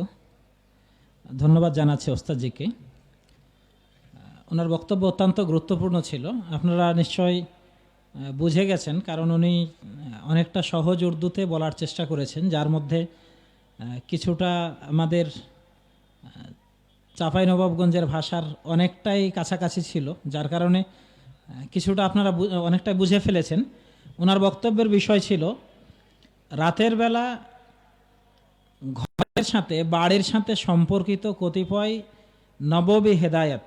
নবী সাল্লাল্লাহু আলাইহি সাল্লাম কি কি নির্দেশনা দিয়েছেন একজন মুসলিমকে রাতের বেলা কোন কোন নির্দেশনাগুলো পালন করতে হবে। বক্তব্যের শুরুতে তিনি বলেছিলেন, আমাদের নবী মুহাম্মদ সাল্লাল্লাহু আলাইহি সাল্লাম এমন নবী যিনি আমাদের সব কিছু শিখিয়েছেন। তিনি আমাদের শিখিয়েছেন কিভাবে হাঁটতে হয়, চলতে হয়, উঠতে হয়, বসতে হয়, শুতে হয়, ঘুম থেকে জাগতে হয়, দেশ পরিচালনা করতে হয়, রাষ্ট্র পরিচালনা করতে হয় কীভাবে, সমাজ পরিচালনা করতে হয় কীভাবে, সব কিছু আমাদের নবী সাল্লাল্লাহু আলাইহি সাল্লাম আমাদের শিখিয়েছেন। মর্মে সুনান আবি দাউদ থেকে একটা হাদিস উল্লেখ করেছেন। হাদিসটি সালমান ফারিসি রাদিয়াল্লাহু আনহু থেকে বর্ণিত। তাকে মুশরিকগণ বললেন, লাকাদ আল্লামাকুম নবিয়ুকুম কুল্লা শাইইন হাত্তাল খিরাআহ। সালমান, তোমাদের নবী তো এক আজীব নবী গো, বিস্ময়কর এক নবী, ও তোমাদের সব কিছুই শিখায়, এমনকি খেরাআ। খেরাআ শব্দের অর্থ হলো প্রস্রাব, পায়খানা। আরবিতে এর ভালো আরবি হলো আল গায়তু ওয়াল বাউল। এটা হলো আরবি ভালো বাংলা, যার অর্থ হলো প্রস্রাব, পায়খানা। কিন্তু খেরাআ শব্দটি এমন যার অর্থ আমাদের দেশে বলা হয় হাগামুতা। বুঝাতে পেরেছি আপনাদের? ভালো বাংলাতে প্রস্রাব, পায়খানা, কিন্তু মুশরিক বলতেছে সালমান ফারিসি রাদিয়াল্লাহু আনহুকে যে তোমাদের নবী তো আজীব নবী গো, ও তোমাদেরকে হাগামুতার কথাও শিখায়। মানে তুচ্ছ তাচ্ছিল্য করে বলতেছেন। তো ওস্তাদজি বলেছেন যদি আমরা এই কথা শুনতাম তো আমরা হয়তো লজ্জিত হয়ে যেতাম যে কি বলল এটা। কিন্তু সালমান ফারিসি রাদিয়াল্লাহু আনহু লজ্জিত হলেন না, তিনি আরো উল্টে মানে অত্যন্ত গর্বের সাথে বললেন যে হ্যাঁ, আমাদের নবী সেই নবী যে আমাদের সব কিছু শিখিয়ে দেয়। তিনি আমাদের শিখিয়েছেন প্রস্রাব পায়খানা করার সময় যেন ডান হাতে শৌচকার্য না করি, মানে পানি খরচের যে কাজটা সেটা যেন আমরা ডান হাতে না করি, বরং বাম হাতে করি। তিনি আমাদের শিখিয়েছেন প্রস্রাব পায়খানা করার সময় যেন আমরা কিবলাকে, কাবাকে সামনের দিকে কিংবা পিছনের দিকে না করি। তিনি আমাদের শিখিয়েছেন প্রস্রাব পায়খানা করার সময় যেন 3টার কমে ঢিলা পাথর ব্যবহার না করি, কমপক্ষে 3টা, এর চেয়ে বেশি ব্যবহারের সুযোগ আছে যদি প্রয়োজন হয়, প্রয়োজন হলে 5টা 7টা বিজোড় সংখ্যকে ব্যবহার করা যেতে পারে। তিনি আমাদের শিখিয়েছেন আমরা যেন হাড্ডি দিয়ে কিংবা গোবর দিয়ে শৌচকার্য না করি, তার মানে পানি নেই, ঢিলা ব্যবহার করতে হবে, পাথর ব্যবহার করতে হবে, টিস্যু ব্যবহার করতে হবে, যেন আমরা গোবর অথবা হাড্ডি ব্যবহার না করি। তো আমাদের নবী সেই নবী যিনি আমাদেরকে এইভাবে সব কিছু শিখিয়ে দেন, তিনি আমাদের কোনো কিছুই বাদ রাখেন না। এটাই হলেন নবীর কাজ, এটাই একজন আদর্শ নবীর কাজ। তো আমাদের নবীর শ্রেষ্ঠত্ব এই জায়গাতে যে তিনি আমাদের সব কিছু শিখিয়েছেন। আলোচনার ভিতরে তিনি বলেছেন যে তবারানীতে একটা হাদিস রয়েছে, রাসূলুল্লাহ সাল্লাল্লাহু আলাইহি সাল্লাম বলেছেন যত কিছু দুনিয়াতে রয়েছে যেটা তোমাদেরকে জান্নাতের কাছে নিয়ে যাবে আর জাহান্নাম থেকে দূরে সরিয়ে দেবে, এই ধরনের যত বিষয় আছে সব বিষয় আমি তোমাদের সামনে বর্ণনা করেছি, কোনো বিষয় আমি ছেড়ে দেইনি। তো এটা নবীর আদর্শ, কারণ নবীর দায়িত্ব হলো সবকিছু প্রচার করে দেওয়া, কোনো কিছু গোপন না করা। বলতে গিয়ে তিনি বলেছেন আমাদের নবী সাল্লাল্লাহু আলাইহি সাল্লাম রাতের বেলা, রাত হলে কি করতে হবে, এই ধরনের 5টি আদব আমাদের শিখিয়েছেন।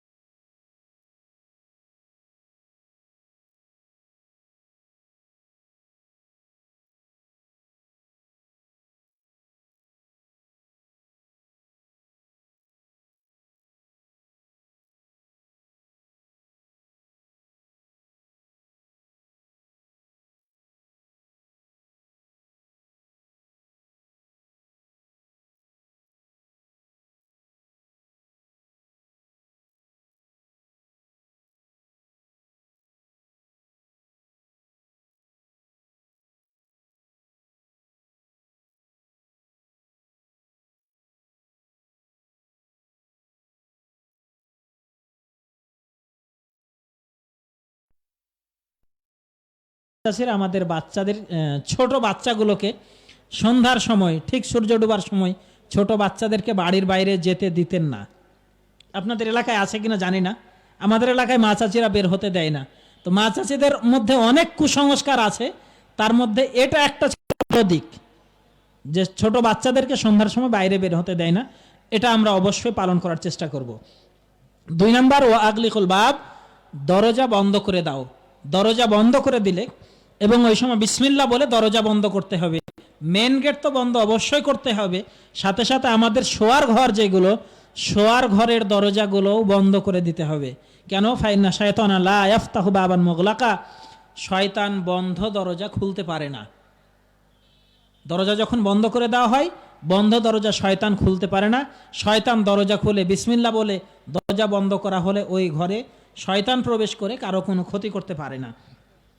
3 নম্বর নসিহত ছিল ওয়াউকু কিরাবাকুম, তোমরা তোমাদের ব্যাগগুলোকে বেঁধে দাও রশি দিয়ে, ধাগা দিয়ে, দড়ি দিয়ে, যেটা দিয়ে সম্ভব। যেসব ব্যাগে খাবার আছে সেই ব্যাগগুলোর মুখ বন্ধ করে দাও, মুখ বন্ধ করে দাও।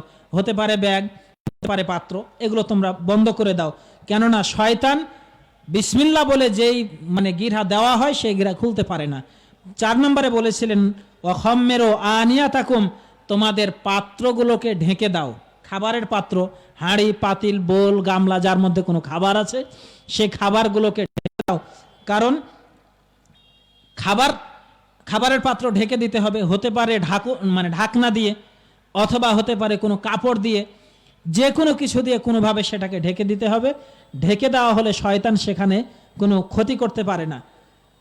রাসূল সাল্লাল্লাহু আলাইহি সাল্লাম সেই জায়গাতে আরও বলেছেন, যদি তোমাদের ঢাকার মতো কোনো কিছু না থাকে, দরজা বন্ধ করার মতো দরজা না থাকে, তাহলে একটা লাঠি অথবা একটা কাঠি সেটা হলেও তার উপরে দিয়ে দাও, তাহলে শয়তান সেখান থেকে খেতে পারবে না, শয়তান তার কোনো ক্ষতি করতে পারবে না। 5 নম্বরে বলেছেন ওয়া আতফি ও মাসাবি হাকুম, তোমরা তোমাদের প্রদীপগুলো বাতিগুলোকে বন্ধ করে দাও। আগের দিনে বাতি হতো কেরোসিন তেল দিয়ে, চর্বি দিয়ে ইত্যাদি দিয়ে বাতি জ্বলতো। এগুলো জ্বলতে থাকলে সেগুলো ফোয়াইসাকা মানে ইঁদুর, ছুঁচো, তারা এসে সেই মানে একে চেরাগকে, বাতিকে টেনে নিয়ে গিয়ে বাড়িতে যে কোনো জায়গাতে আগুন লাগিয়ে দিতে পারে। এজন্য বাতিগুলো অবশ্যই বন্ধ করতে হবে। বর্তমান যুগে এসে, আধুনিক যুগে যখন বিদ্যুতের ব্যবস্থা রয়েছে, সেই সময়েও আমাদের বাতি বন্ধ করে ঘুমাতে হবে। জিরো লাইট যেটা আমরা জ্বালিয়ে রাখি সেটাও বন্ধ করে ঘুমাতে হবে। সর্বশেষ তিনি বলেছিলেন, প্রাণীদের বেঁধে রাখো। সন্ধ্যা হয়ে গেলে প্রাণী, গরু, ছাগল, হাঁস, মুরগি ইত্যাদি সেগুলোকে বাইরে ছাড়তে হবে না, সেগুলোকে বেঁধে রাখতে হবে। আর সর্বশেষে তিনি যে বিষয়টি উল্লেখ করেছেন, রাসূলুল্লাহ সাল্লাল্লাহু আলাইহি সাল্লাম বলেছেন, কেননা সারা বছরের মধ্যে একটি রাত আছে যে রাতে আসমান থেকে ওয়াবা, বিপদ আপদ, রোগ ব্যাধি, জীবাণু, ভাইরাস ইত্যাদি বর্ষণ হয়। তো সেই রাতে, যে রাত, কোন রাতে বর্ষণ হয় আমরা তো কেউ জানি না, এটা অনির্ধারিত। আল্লাহ যেদিন ইচ্ছা করেন সেদিন বর্ষণ হয়। তো সেটা যখন কোনো খোলা পাত্রের ওপর দিয়ে যায়, খোলা ব্যাগের ওপর দিয়ে যায়, তখন সেই পাত্রের মধ্যে ওই জীবাণু, ওই ভাইরাস পতিত হয়। সেই পাত্র যদি আমরা ব্যবহার করি তাহলে আমাদের শরীরে রোগ, জীবাণু, ব্যাধি, ভাইরাস ইত্যাদি বাসা বাঁধবে, আমরা অসুস্থ হয়ে যাব। তো আমাদের শরীর যেন সুস্থ থাকে, শরীর যেন সুন্দর থাকে, অসুখে বিসুখে না পড়ে, এজন্য আমাদের নবী সাল্লাল্লাহু আলাইহি সাল্লামের এই নির্দেশগুলো মেনে চলতে হবে। আধুনিক বিজ্ঞান গবেষণার মাধ্যমে বলছে যে এই রোগ ব্যাধি সেপ্টেম্বর অক্টোবর মাসের কোনো একটা রাতে বর্ষণ হয়। রাসূলুল্লাহ সাল্লাল্লাহু আলাইহি সাল্লাম 1400 বছর আগে সেটা তিনি নির্ধারণ করে যাননি। আজকের আধুনিক বিজ্ঞান বলছে হ্যাঁ, বছর একটা দিন আছে যেই দিনে এই ধরনের বিপদ আপদ নাজিল হয়, রোগ ব্যাধি নাজিল হয়। তো আমরা যদি রাসূলুল্লাহ সাল্লাল্লাহু আলাইহি সাল্লামের প্রকৃত অনুসারী হয়ে থাকি, তাহলে আমাদেরকে অবশ্যই এই 6টি বিষয়ের উপরে আমল করতে হবে। বাচ্চাদেরকে সন্ধ্যার সময় ছাড়া যাবে না, পাত্রগুলো ঢেকে রাখতে হবে, দরজা বন্ধ রাখতে হবে, ব্যাগ, পাত্র যেগুলো আছে সেগুলোকে গিরা দিয়ে রাখতে হবে। আল্লাহ রাব্বুল আলামিন আমাদের সকলকে বিষয়গুলো মেনে চলার তৌফিক দান করুন, আল্লাহুম্মা আমিন।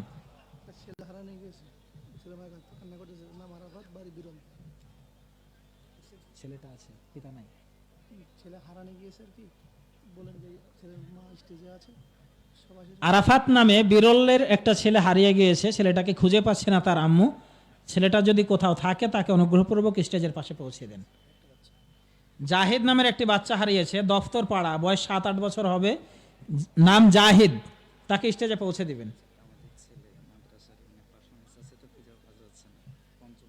জামিয়া সালাফিয়ার ছাত্র সিফাত 5ম শ্রেণী, তাকে দ্রুত স্টেজে যোগাযোগ করতে বলা হচ্ছে। খুবই শিক্ষকদের রুমে দ্রুত যোগাযোগ করতে বলা হচ্ছে। সিফাত 5ম শ্রেণী। সম্মানিত উপস্থিতি, এ পর্যায়ে আমাদের সামনে বক্তব্য নিয়ে আসবেন জামিয়া সালাফিয়া ডাঙ্গিপাড়া পবা রাজশাহীর সম্মানিত উস্তাজ মুহাদ্দিস শেখ আব্দুল কাদের মাদানী হাফিজাহুল্লাহ। ওনার বক্তব্যের বিষয় বিদআতের কুপ্রভাব। বিদআতের কুপ্রভাব। শেখকে সংক্ষেপে কিছু বক্তব্য পেশ করার জন্য অনুরোধ জানাচ্ছি।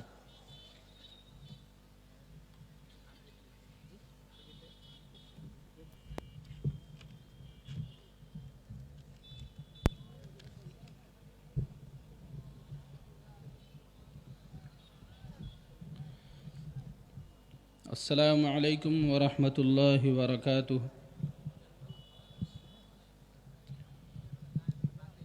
إن الحمد لله وحده والصلاة والسلام على من لا نبي بعده.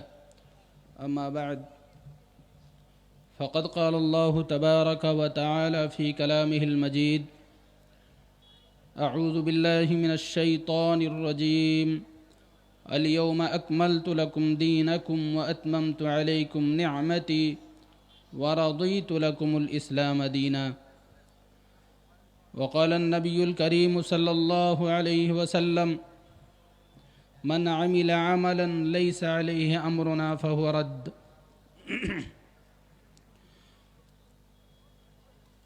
جناب صدر مجلس، اسٹیج پر تشریف فرما علماء کرام، مہمانان عظام اور دور دراز سے تشریف لائے سامعین کرام، آج میں نہایت ہی اختصار کے ساتھ بدعت کے تعلق سے کچھ باتیں آپ لوگوں کے سامنے پیش کرنا چاہوں گا۔ میں اپنی تقریر میں بنیادی طور پر دو باتیں بتانے کی کوشش کروں گا کہ بدعت کیا ہے اور اس پر عمل کرنا غلط کیوں ہے، اور دوسری بات ہے کہ بدعت پر عمل کرنے کے نقصانات کیا ہیں۔ محترم حضرات، بدعت ہم لوگ سنتے ہی رہتے ہیں کہ بدعت کیا ہے، جو سنت نہیں ہے وہی بدعت۔ بدعت کی تعریف مختصر میں یوں جانیں کہ دین میں ہر وہ کام جس کی کوئی اصل نہیں ہے وہی بدعت۔ علماء کرام نے عربی میں اس کی تعریف یوں کی ہے: طریقۃ فی الدین مخترعۃ تضاہی الشرعیۃ یقصد بالسلوک علیہا المبالغۃ فی التعبد للہ سبحانہ، کہ دین میں کوئی گڑھا ہوا طریقہ جس کی کوئی اصل نہیں ہے اور یہ ظاہری طور پر لگے کہ شریعت کا حصہ ہے اور اس کا مقصد ہے کہ آدمی اس پر عمل کر کے اللہ رب العالمین کی زیادہ سے زیادہ عبادت کر سکے، یہی بدعت۔ بدعت کے بارے میں اللہ کے رسول صلی اللہ علیہ وسلم نے فرمایا: کل بدعت ضلالہ وکل ضلالۃ فی النار، ہر ایک بدعت جو دین میں نیا کام ہے، نیا عمل ہے، وہ بدعت گمراہی ہے اور ہر گمراہی جہنم میں لے جانے والی چیز ہے۔ ہر بدعت جہنم میں لے جانے والی چیز ہے۔ اس کی وجہ کیا ہے؟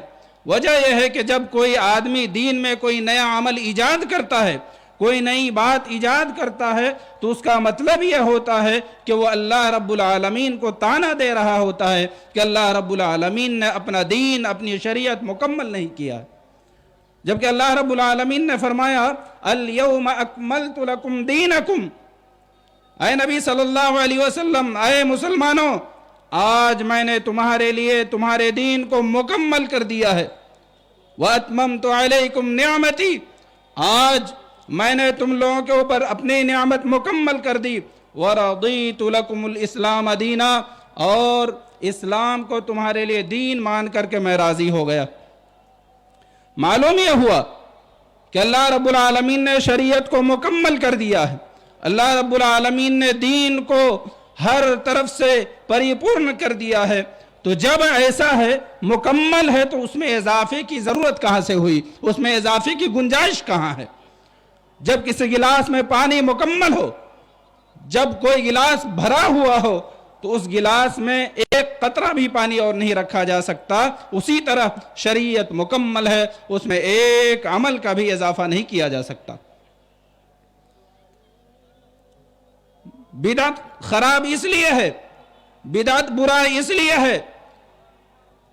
عائشہ رضی اللہ عنہ کہتی ہیں کہ من قال ان النبی صلی اللہ علیہ وسلم کتم شیئا من کتاب اللہ فقد اعظم الفریۃ علی اللہ سبحانہ وتعالی لأن اللہ تعالی قال یا ایہا الرسول بلغ ما انزل الیک من ربک وإن لم تفعل فما بلغت رسالتہ۔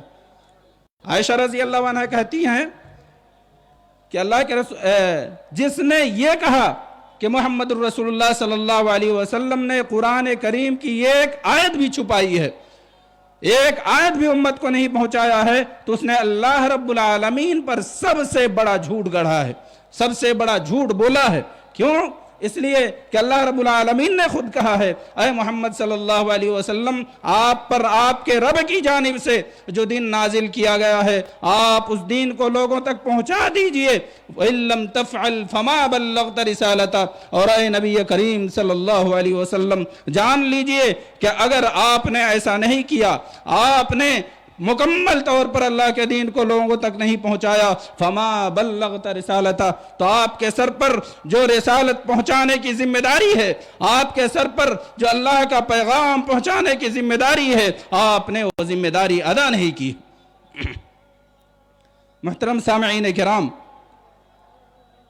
बिदअत आदमी जितना भी उसे अच्छा समझे, उसे लगे कि हाँ वाकई अल्लाह रब्बुल आलमीन का तकर्रुब हासिल करने का जरिया है, अल्लाह रब्बुल आलमीन को खुश करने का जरिया है, लेकिन जैसा भी हो बिदअत बिदअत ही है, हर बिदअत गुमराही है और हर गुमराही जहन्नम में ले जाने वाली चीज़ है। अब अब्दुल्लाह बिन मसऊद रज़ी अल्लाह अन्हु कहते हैं कि अल बिदअत कुल्लुहा दलाला व इन रआहा अन्नास हसना, बिदअत सब की सब गुमराही है, सब की सब गुमराही है, अगरचे लोग उसे अच्छा समझ लें, अगर लोगों को वो अच्छा लगे फिर भी वो बिदअत है और वो जहन्नम में ले जाने वाली चीज़ है।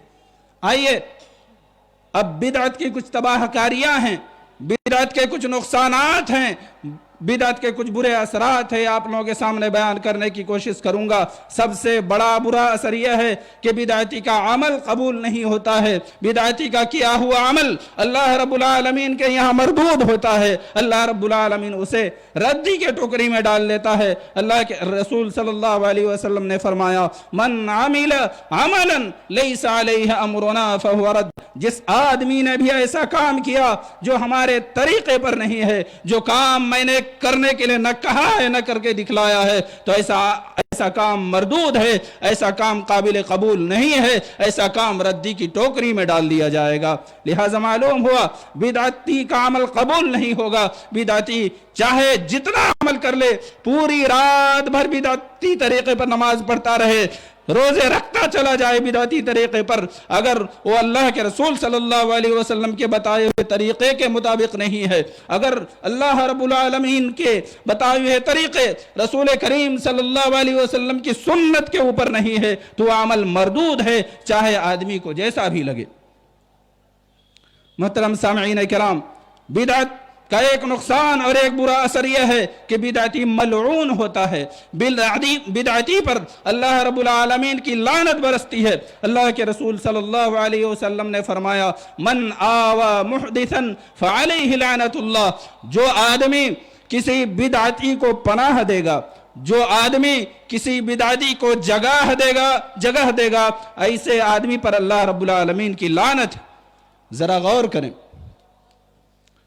कि जो आदमी बिदअती को पनाह दे, बिदअती को जगह दे, उस आदमी पर अल्लाह रब्बुल आलमीन की जानिब से लानत है। जो आदमी बिदअत करेगा, जो आदमी बिदअत में मुलव्वस होगा, उसका क्या अंजाम होगा और उस पर क्या बुरा असर होगा, हम इसका अंदाजा लगा सकते हैं।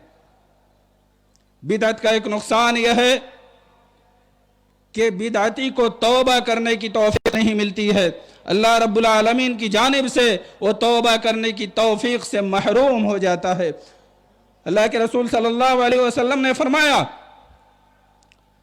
कि इन्नल्लाह यहतजब तौबत अन कुल्ली साहिबि बिदअतिन, अल्लाह रब्बुल आलमीन ने तौबा को ढांप लिया है, अल्लाह रब्बुल आलमीन ने तौबा को रोक लिया है हर उस आदमी से जो बिदअत का अमल करता है। लिहाजा बिदअती कभी भी तौबा नहीं कर सकता। उसकी वजह यह है कि बिदअती अपने काम को गलत समझता ही नहीं। अगर कोई गुनाहगार है तो जो काम करता है उसे गुनाह समझ करके करता है, लेकिन जो बिदअती है, जो बिदअत में मुलव्वस है, वो जिस काम को करता है उस काम को अच्छा समझ करके करता है, उस काम को नेकी समझ करके करता है। इसलिए ऐसा आदमी कभी भी तौबा की तौफीक नहीं पा सकता, ये जिंदगी भर ऐसे गुनाह करता चला जाएगा, ऐसा आदमी जिंदगी भर बिदअत करता चला जाएगा, अल्लाह रब्बुल आलमीन की रहमत से मलऊन होता चला जाएगा, लेकिन उसे तौबा करने की तौफीक नहीं मिलेगी। बिदअत का एक बुरा नुकसान यह है कि बिदअती क़यामत के दिन अल्लाह के रसूल सल्लल्लाहु अलैहि वसल्लम के हाथ से, अल्लाह रब्बुल आलमीन के दस्ते मुबारक से हौज़े कौसर नहीं पी सकता। रसूल करीम सल्लल्लाहु अलैहि वसल्लम ने फरमाया, आना फरतुकुम अलल हौज़, मैं क़यामत के दिन तुम सब के आगे हौज़ पर पहुँचूँगा और जो कोई भी मेरे पास आएगा मैं उसे हौज़े कौसर पिलाऊँगा।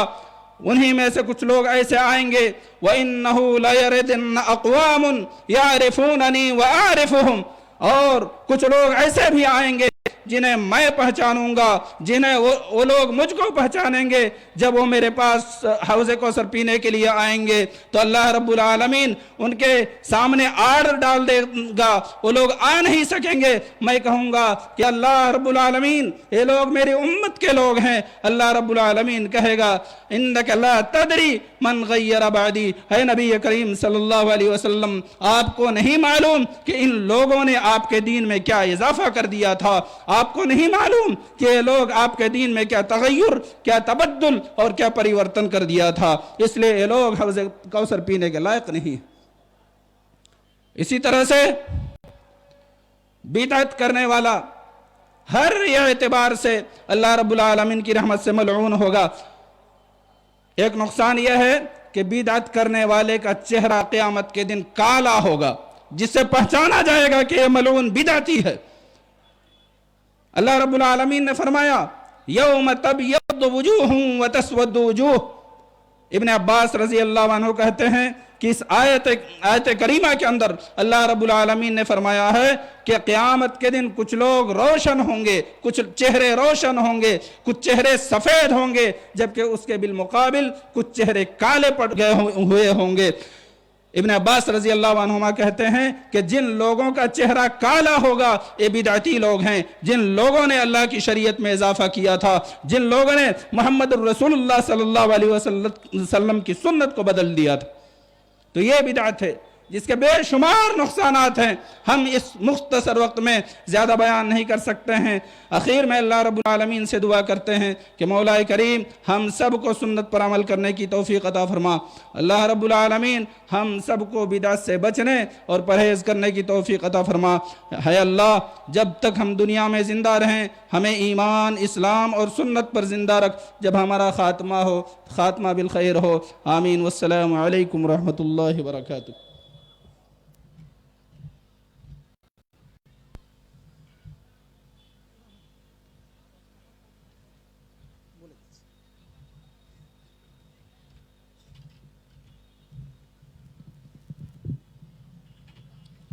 আসসালামু আলাইকুম ওয়া রাহমাতুল্লাহি ওয়া বারাকাতুহু।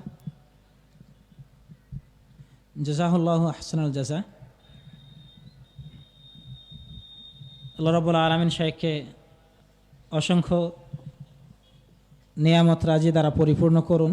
অত্যন্ত সুন্দর ও জ্ঞানগর্ভ আলোচনা উপস্থাপন করেছেন। আলোচনার বিষয় ছিল বিদআতের সাথে সম্পর্কিত কতিপয় ক্ষতি। বিদআত করলে কি ক্ষতি হয়? আলোচনার শুরুতে তিনি বিদআত কাকে বলে সে বিষয়ে আলোচনা করেছেন। বলেছেন বিদআত বলতে বোঝায় যেটা সুন্নাত নয় সেটাই বিদআত, যেটা বিদআত সুন্নাত নয় সেটাই বিদআত। উলামায়ে কেরাম বিদআতের সংজ্ঞা দিতে গিয়ে যা বলেছেন তার অর্থ হলো শরীয়তে যার ভিত্তি নেই অথচ সেটাকে শরীয়ত মনে করে পালন করা হয়, এটার নামে বিদআত।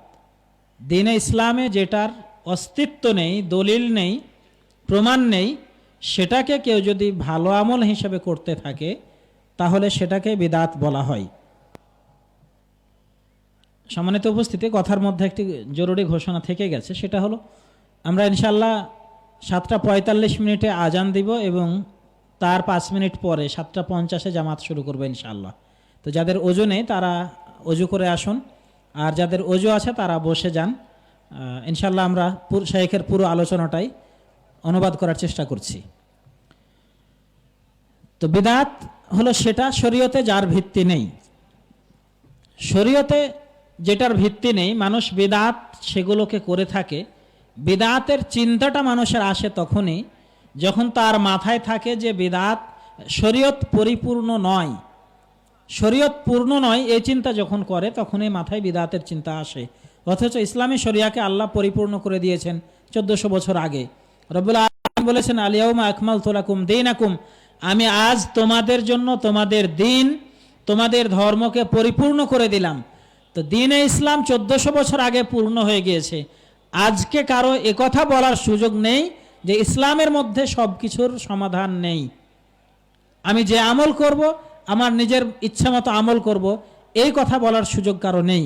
কারণ একটি পানি ভর্তি গ্লাসে পানি ভর্তি রয়েছে, ফুলফিল ভর্তি রয়েছে, এই ধরনের গ্লাসে যেমন এক ফোঁটাও পানি অতিরিক্ত দেওয়ার সুযোগ থাকে না। তো দ্বীনে ইসলাম যেহেতু আল্লাহ ঘোষণা দিয়েছেন পরিপূর্ণ, অতএব দ্বীনে ইসলামের মধ্যে নতুন কোনো কাজ করার সুযোগ নেই।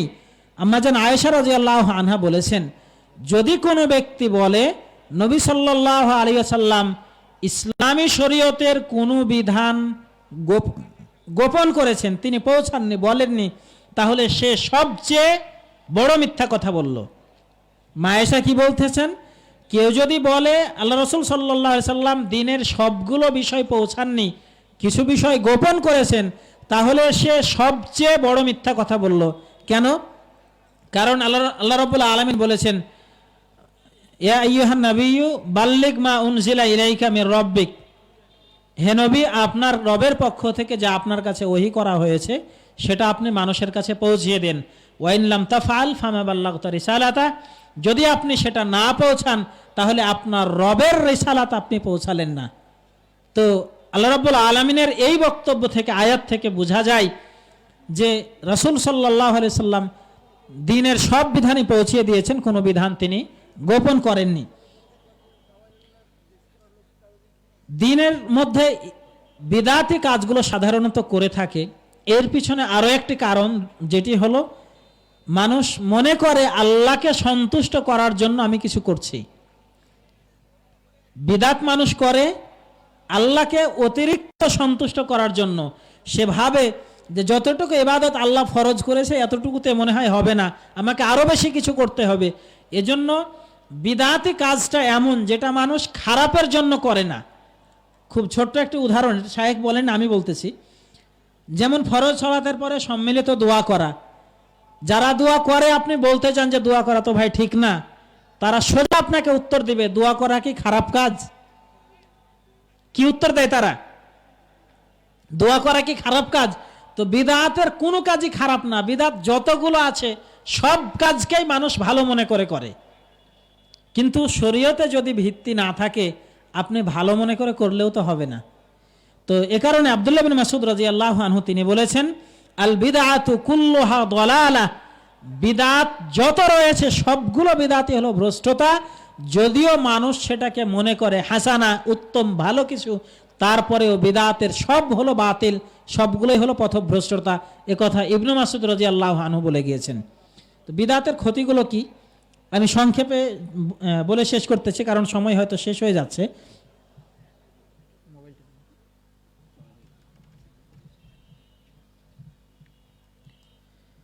জি, বিদআতের ক্ষতিগুলো কি? এক নাম্বার বিদআতের ক্ষতি হলো বিদআত করলে আমল কবুল হয় না। এটা সবচেয়ে বড় ক্ষতি।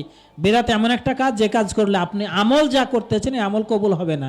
সালাত পড়তেছেন, দান করতেছেন, সাদাকা করতেছেন, হজ করতেছেন, ইবাদত কবুল হবে না। এটা হলো বিদআতের সবচেয়ে ভয়াবহ ক্ষতি।